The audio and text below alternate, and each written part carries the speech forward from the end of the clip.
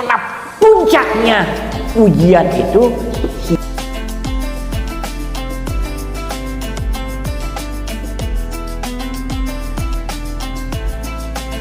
Assalamualaikum warahmatullahi wabarakatuh.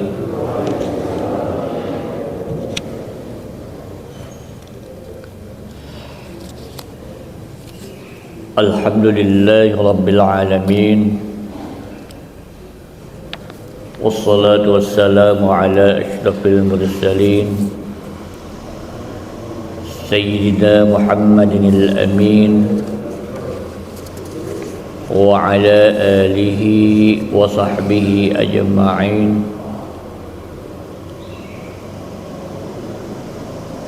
Allahumma rabbi shrah li sadri wa yassir li amri wahlul 'uqdatan min lisani yafqahu qawli.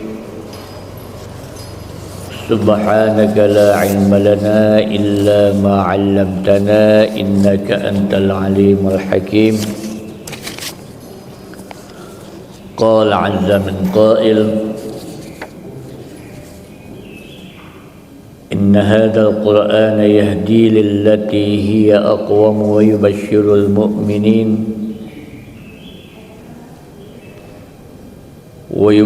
mu'minina alladhina ya'maluna as-salihati anna lahum ajran kabira. Shadaqallahul 'azim. Alhamdulillah, berkat qudrat dan inayah Allah Subhanahu wa ta'ala, kita sekalian bisa diberi kesempatan untuk melaksanakan ibadah salat subuh dengan berjamaah. Kemudian kita beriktikaf di tempat yang paling mulia ini sambil membahas beberapa ayat dari Al-Quran untuk kita bisa praktekkan, aplikasikan, dan kita amalkan dalam kehidupan kita sehari-hari, sekaligus untuk mempertebal iman kita dan juga memperkuat jiwa kita. Insyaallah pada pagi hari ini kita akan membahas lagi etang-etang ngapalkeunnya tentang al-ibtila fil Qur'anil Karim, ujian yang terdapat di dalam ayat-ayat Al-Quran.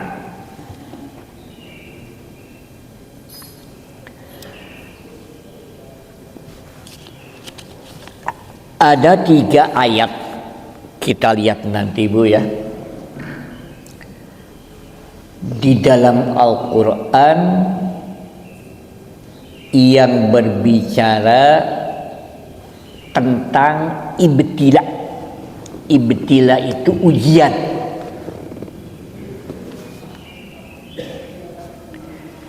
Di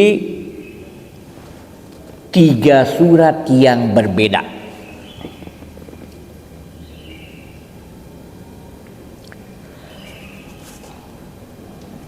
Yang pertama di dalam surat Al-Mulk,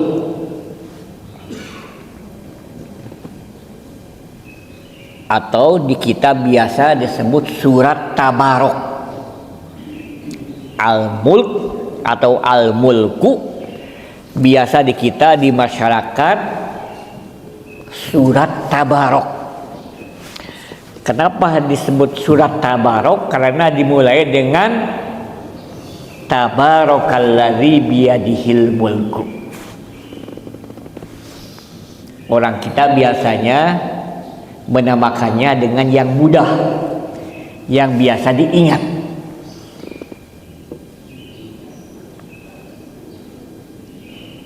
Surat Al-Asr biasanya disebut surat Wal Asri. Kenapa? Karena dimulai dengan wal asri innal insana lafi khusr.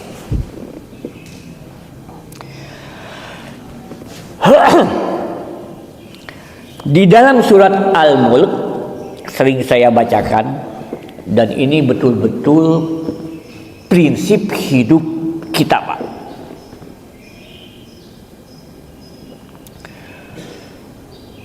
Allah Subhanahu wa ta'ala berfirman, Allazi khalaqal mauta wal hayata liyabluwakum ayyukum ahsanu amala wa huwal azizul ghafur. Kalau ayat yang pertamanya, Tabarakalladzi biyadihil mulku wa huwa ala kulli syai'in qadir alladzi khalaqal mauta wal hayata liyabluwakum ayyukum ahsanu amala.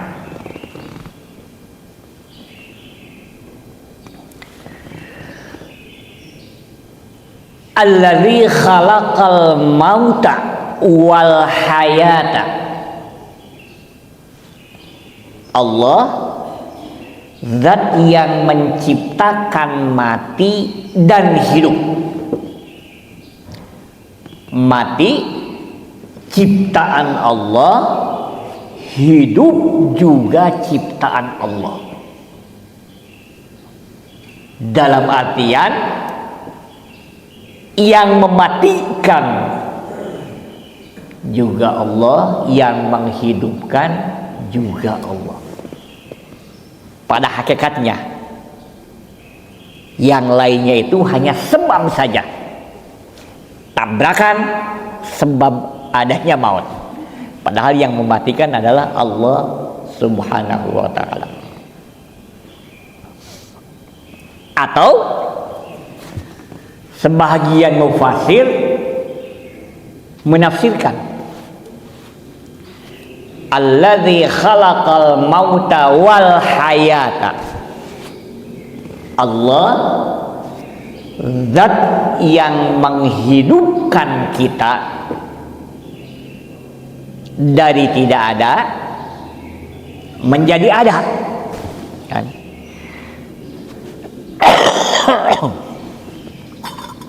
Punten.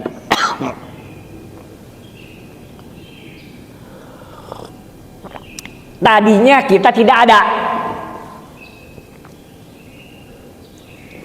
kemudian sekarang menjadi ada. Setelah ada akan terus ada. Beda dengan hewan. Kalau hewan tadinya tidak ada, sekarang ada. Setelah ada nanti tidak ada lagi.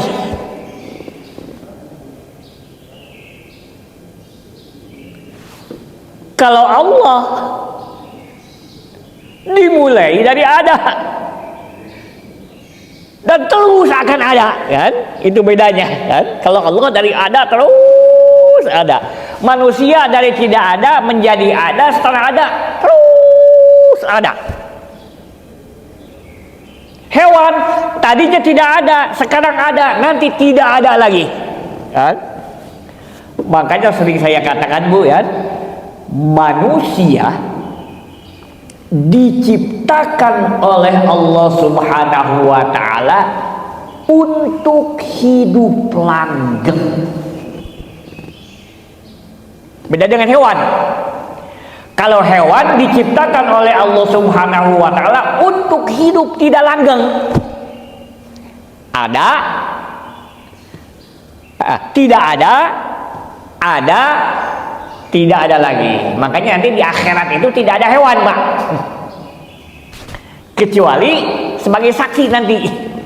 Umpamanya ada orang menyiksa kucing, dia tidak ngaku, waktu dihisab datanglah kucing sebagai saksi. Setelah itu tidak ada lagi. Menurut i'tikad ahli sunnah wal jamaah, manusia tidak ada, kemudian sekarang ada, setelah ada itu terus ada. Hanya saja sekarang ada di dunia, nanti akan ada di akhirat. Sering saya katakan bahwa mati bagi hewan itu akhir kehidupan. Ayam sekarang hidup, kemudian disembelih, mati, ya sudah. Kalau manusia, mati itu bukan akhir kehidupan, tapi batas antara kehidupan dunia dan kehidupan akhirat. Akhir kehidupan dunia mati. Setelah itu kita akan hidup selama-lamanya, tidak ada ujungnya. Itu yang betul-betul harus kita yakini. Karena banyak orang termasuk kita lupa yang ini, Pak. Yang ingatnya itu yang ini saja, Pak. Yang di dunia saja sampai dengan mati. Setelah mati nggak ingat, padahal itu yang akan lama, Pak.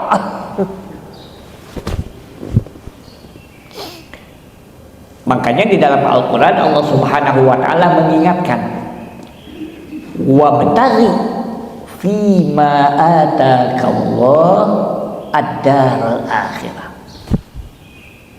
Gunakanlah apa yang telah diberikan oleh Allah kepada kita untuk bekal kita nanti di akhirat.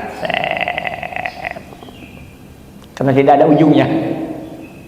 Wala tansa nasibaka minad dunya, tapi jangan lupa bagianmu di dunia ini. Kenapa? Karena kita memang hidup di dunia sekarang, kan? Itu hebatnya ajaran Islam, kan? Kebanyakan orang fokus kehidupan dunia, kehidupan akhirat nanti cul. Kita mah jangan, yang pokok perhatian kita kehidupan akhirat, karena tidak akan ada ujungnya. Tapi juga kehidupan dunia kita jangan abaikan. Hebatnya ajaran Islam, rasional, realistis.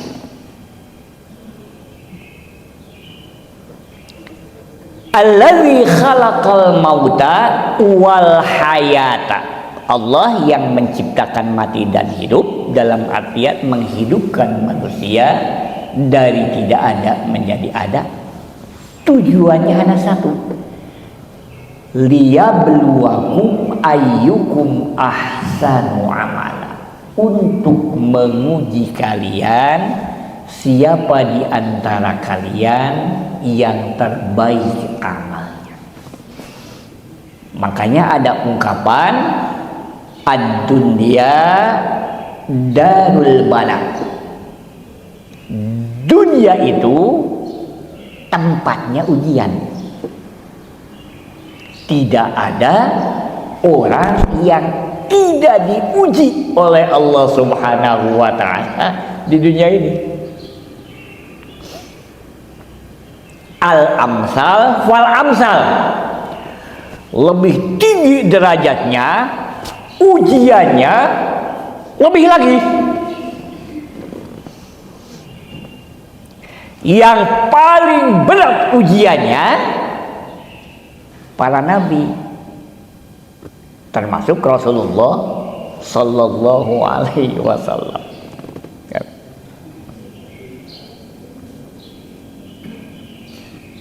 Ad-dunya darul bala. Dunia itu tempatnya ujian. Wal akhirah darul jaza. Akhirat itu tempat balasan. Kan? Jadi di dunia itu ada yang senang, ada yang tidak senang. Kenapa? Karena memang tempatnya ujian. Nah, tapi hasilnya nanti akan kita petik di alam akhirat. Ad-dunya darul bala wal akhirah darul jaza. Nah, kebanyakan orang menginginkan bahwa hasil itu juga kita petik di dunia. Memang ada yang hasilnya di dunia, tapi lebih dari itu yang akan kita petik nanti di akhir. Itu di dalam surat Al-Mulk. Kemudian nanti dilihat lagi Bu, di dalam surat Al-Anbiya ayat 35.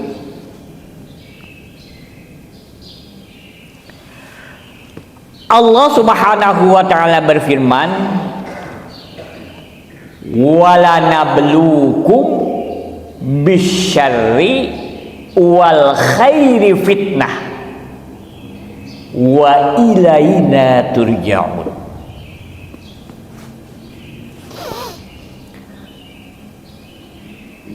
Wala nabluukum, pakai lam Bu ya. Wala itu artinya untuk menguatkan, litaukid kalau di dalam ilmu nahwu. Artinya pasti kami akan menguji kau sekalian. Dalam artian tidak ada orang yang tidak diuji. Meskipun nanti ujiannya beda-beda antara si A dengan si B.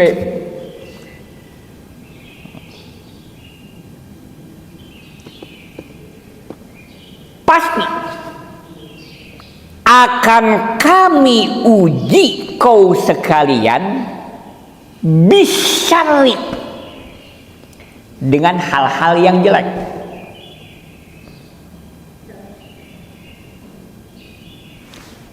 wal khairi, dan juga dengan hal-hal yang baik. Fitnah sebagai batu ujian. Nah, kebanyakan orang menganggap bahwa ujian itu hanya dengan hal-hal yang jelek, Pak. Termasuk kita kan, menganggap bahwa ujian itu sesuatu yang jelek. Kita diuji dengan hal-hal yang jelek yang tidak diinginkan oleh kita. Padahal kata Allah Subhanahu wa taala di dalam surat Al-Anbiya, hal-hal yang baik juga itu adalah ujian. Wala nabluukum, pasti betul-betul kami akan menguji kau sekalian bisyarri, dengan hal-hal yang jelek, wal khairi, dengan hal-hal yang baik. Pasti semuanya. Sewaktu-waktu kita diuji oleh Allah Subhanahu wa taala dengan hal-hal yang jelek yang tidak kita inginkan. Dan suatu waktu kita diuji dengan hal-hal yang baik, yang enak.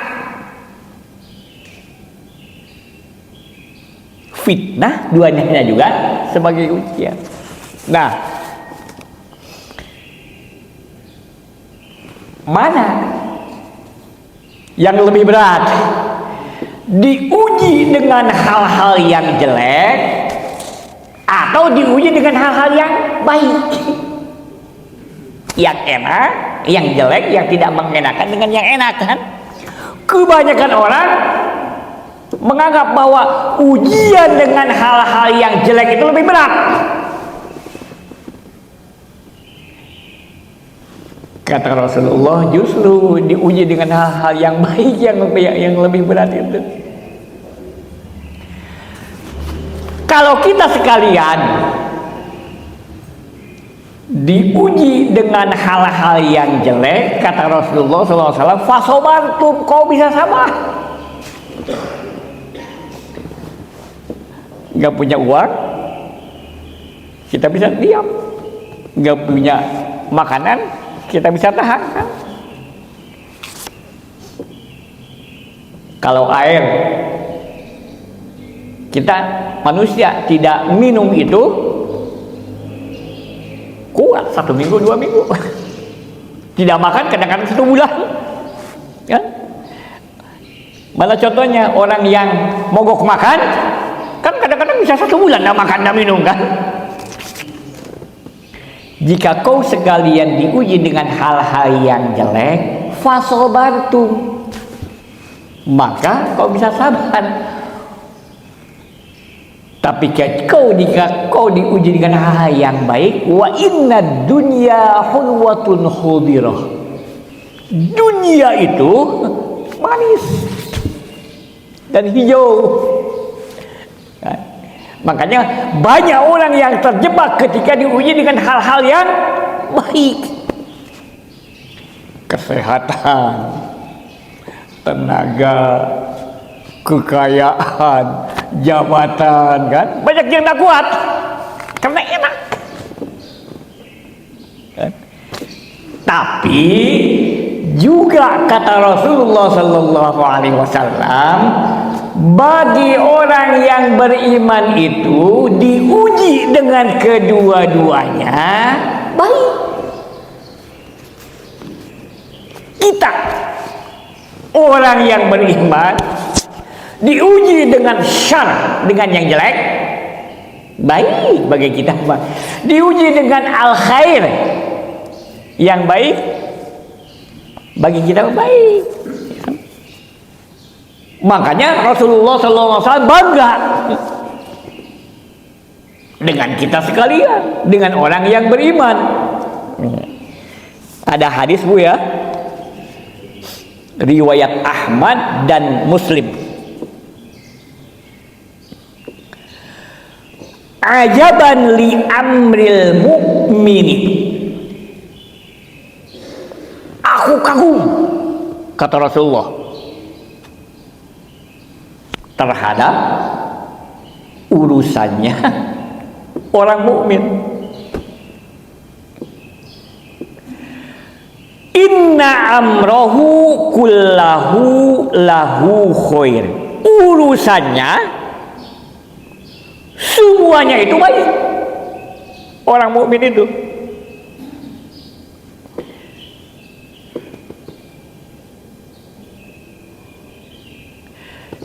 idza asabathu sarra'u syakara, jika dia orang mukmin itu diuji oleh hal-hal yang baik, yang mengenakan, dia syukur. Orang mukmin oleh Allah Subhanahu wa taala diberi umur panjang, bersyukur. Diberi kesehatan, bersyukur. Diberi harta, bersyukur. Diberi jabatan, bersyukur. Fakana lahu khair, maka baiklah bagi dia. Wa in asabathu darra'u sabara, jika dia diuji dengan hal-hal yang jelek, dia bersabar. Tahan, sabar itu kalau bahasa sederhananya menerima apa yang telah terjadi. Fakana lahu khair, maka baik baginya. Hebatnya orang yang mukmin.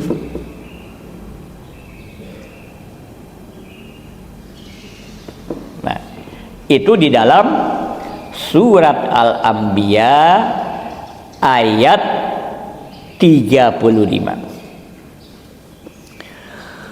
Kemudian di dalam surat Al-Baqarah ayat 155 dan ayat 157 yang dulu telah kita bahas, Allah menjelaskan beberapa ujian yang diberikan kepada kita sekalian. Itu hanya sebagai sampel, kan? Allah Subhanahu wa taala berfirman, "Wala nabluwannakum bisyai'im minal khaufi." Pakai lam juga, Bu. Wala. Artinya pasti dan betul-betul kami akan menguji kalian dengan sedikit dari rasa takut. Al-khauf biasanya diartikan takut, tapi yang dimaksud takut terhadap hal-hal jelek yang akan terjadi. Itu kan yang ditakuti oleh kita. Hal-hal yang jelek yang akan terjadi itu biasanya sumber yang ditakuti oleh kita. Namanya di dalam Al-Quran al-khauf. Dan kadang-kadang kita diuji dengan itu. Takut takut tidak takut tidak Wah.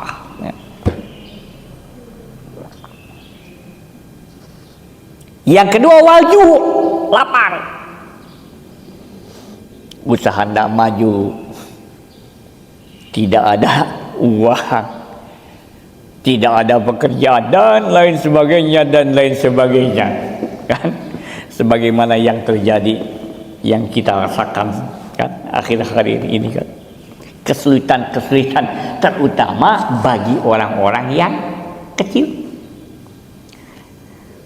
Yang besar pun sama, memang begitulah kan? Hidup itu tidak lurus begini, Pak. Kadang-kadang nanya, kadang-kadang terus gitu kan. Ad-dunya darul aghyar. Dunia itu tempat rubah. Kadang-kadang kita ada di atas, kadang-kadang ada di bawah terus gitu kan. Dalam berbagai hal. Wa naqsim minal amwal. Kurang harta.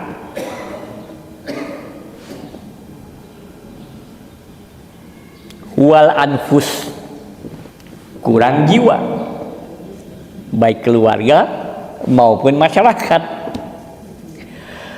Wal samarat, kurang buah-buahan. Itu sebagai sampel saja. Masih banyak lagi yang diujikan kepada kita di dalam hidup ini. Diakhiri di dalam surat Al-Baqarah, wa basyiris sabirin. Beri kabar gembira orang-orang yang sabar. Nah, kalau kita lihat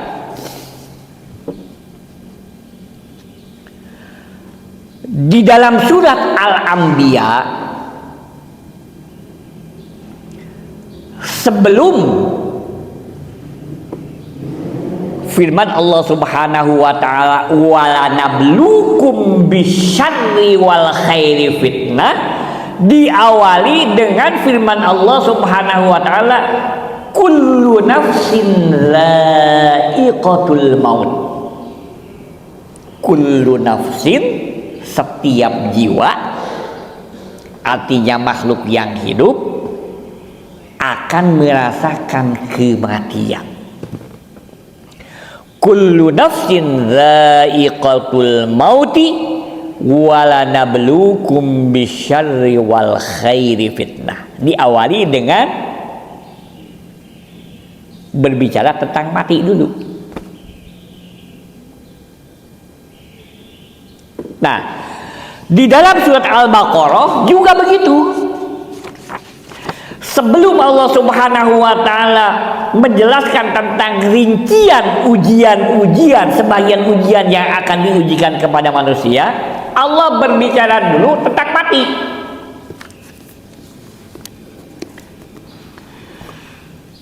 wala taqulu liman yuqtalu fi sabilillahi amwat.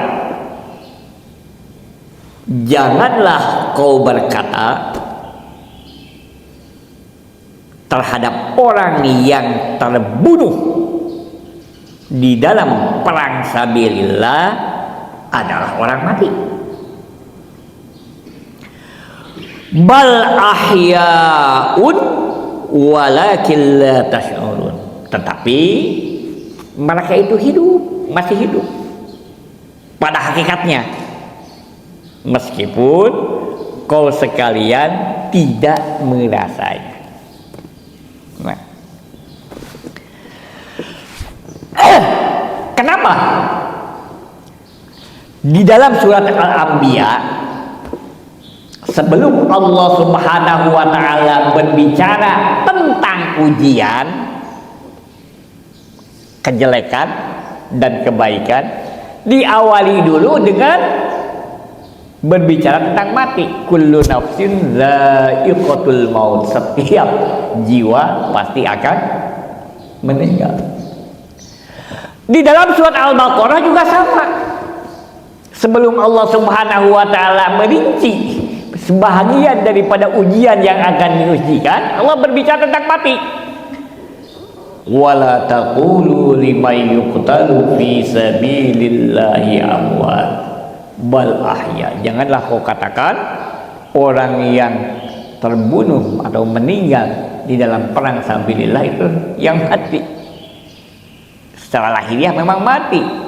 Bal ahyaun, pada hakikatnya dia masih hidup. Nah, kalau kata Asy'arawi ini isyarat katanya, Pak. Isyarat bahwa ujian-ujian yang akan diterima oleh manusia selama hidup itu tidak seberapa, karena puncaknya ujian itu hilangnya nyawa. Jadi ujian itu kan banyak sekali. Puncaknya ujian itu hilangnya nyawa, mati. Ini mana seberapa? Kebanyakan diuji dengan takut, tidak ada harta dan lain sebagainya. Tidak seberapa. Kalau kita selama kita masih hidup, diuji apapun, Pak, seberat apapun ujian, kalau ketika masih hidup nggak seberapa. Dengan segala hormat umpamanya diuji sampai dengan dipenjara, nggak apa-apa dipenjarakan, masih hidup. Puncaknya ujian itu meninggal itu, kan? Nah, kalau pikiran kita meyakini itu, maka akan ringan ketika menerima ujian-ujian dari Allah Subhanahu wa ta'ala. Karena yang terberat itu meninggal, kan? Al-mautu babun wa kullun nasi dakhiluhu. Mati itu adalah pintu, dan setiap orang pasti akan masuk ke pintu tersebut. Hanya oleh Allah Subhanahu wa ta'ala dirahasiakan. Ini ada ungkapan yang sangat indah sekali dari Syekh Mutawalli Asy'arawi. Kata beliau berbicara tentang ujian, inna mujarradal ibtilai laisa syarron. Sesungguhnya ujian itu sendiri, ujiannya, Pak, kan tadi kan setiap orang pasti diuji, kan? Ujian itu sendiri tidak jelek. Kebanyakan orang menganggap bahwa ujian itu, cobaan itu jelek. Kata Syarawi, hakikat cobaan itu tidak jelek. Walakinna syarra huwa ayyasqutu fil ibtila. Yang jelek itu dia gagal di dalam ujian dan cobaan. Seperti anak-anak sekolah atau mahasiswa, kan ada ujian, kan, ulangan ujian, kan.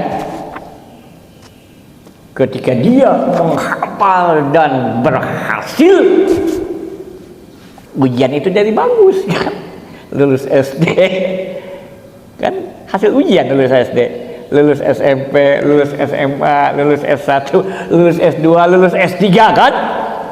Kan diuji dulu, dia berhasil, lulus S3 bisa doktor, kan? Nah. Yang jelek itu tidak lulus di dalam ujian. Bagi murid yang menghafal, mahasiswa yang belajar, ujian itu baik. Kenapa?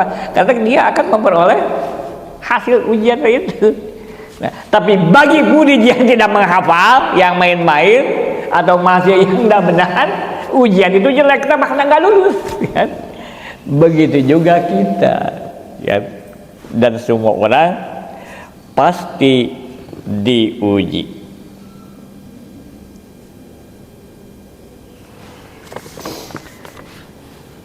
Mudah-mudahan ayat-ayat tadi menguatkan kepada jiwa kita dan keimanan kita. Insya Allah nanti ayat-ayat ini akan saya tulis, nanti share kepada Dayat nanti Bu, ya, bisa dilihat di sana, kan. Mudah-mudahan ada manfaatnya dan insya Allah kita sekalian akan dikuatkan dari kedua bentuk ujian tadi. Amin. Ya Allah ya Rabbal Alamin. Diuji dengan kejelekan kita sabar, dan diuji dengan kebaikan kita akan bersyukur. Mudah-mudahan ada manfaatnya. Assalamualaikum warahmatullahi wabarakatuh. Kalau ada pertanyaan dipersilahkan berkaitan dengan ini atau berkaitan dengan apa saja. Mangga. Alhamdulillahirabbil alamin.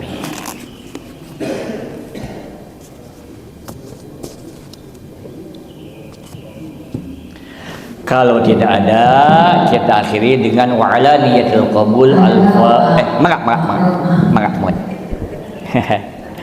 Maka Ibu. Assalamualaikum warahmatullahi wabarakatuh. Waalaikumsalam warahmatullahi wabarakatuh. Mengenai ujian dan kita menyikapinya, kadang-kadang kita tuh tidak diberi kesabaran, Pak Prof. Seandainya kita diuji, kita barangkali sudah berusaha berikhtiar dan berdoa, tetapi rasanya balasan dari Allah itu masih lama, gitu ya, masih belum hadir juga apa yang kita harapkan, gitu. Nah, untuk menyikapi hal yang demikian itu harus bagaimana, Pak Prof? Oke. Misalnya yang kita Mangga. Lihat nanti Ibu surat Al-Hadid yang sering saya katakan ayat 23, Bu. Nanti dilihat surat Al-Hadid, jawabannya Bu, surat Al-Hadid ayat 23 dan seterusnya. Jadi begini, Bu. Tadi kan jika diuji dengan hal-hal yang jelek harus sabar. Diuji dengan hal-hal yang baik, syukur. Nah, sabar itu mudah diucapkan, sulit dilaksanakan. Kan begitu, Bu, ya? Nah, bagaimana agar supaya kita sekalian bisa bersabar? Itu kan Al-Hadid ayat 23. Agar kita bisa bersabar, harus meyakini 3 hal, Bu.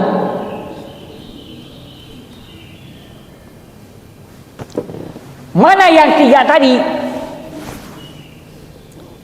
Yang pertama harus kita yakini bahwa apa yang telah, bukan yang belum, Bu, terjadi, bahkan apa yang telah menimpa. Yang telah itu dari sekarang ke belakang, Pak.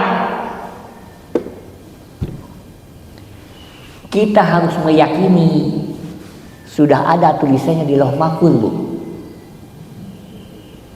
Saya ada di tempat ini kan telah terjadi. Semalam saya ada di Purwakarta, telah terjadi. Sore-sore ada di Ciparai, telah terjadi. Itu sudah ada tulisan di Lauh Mahfuz, Bu.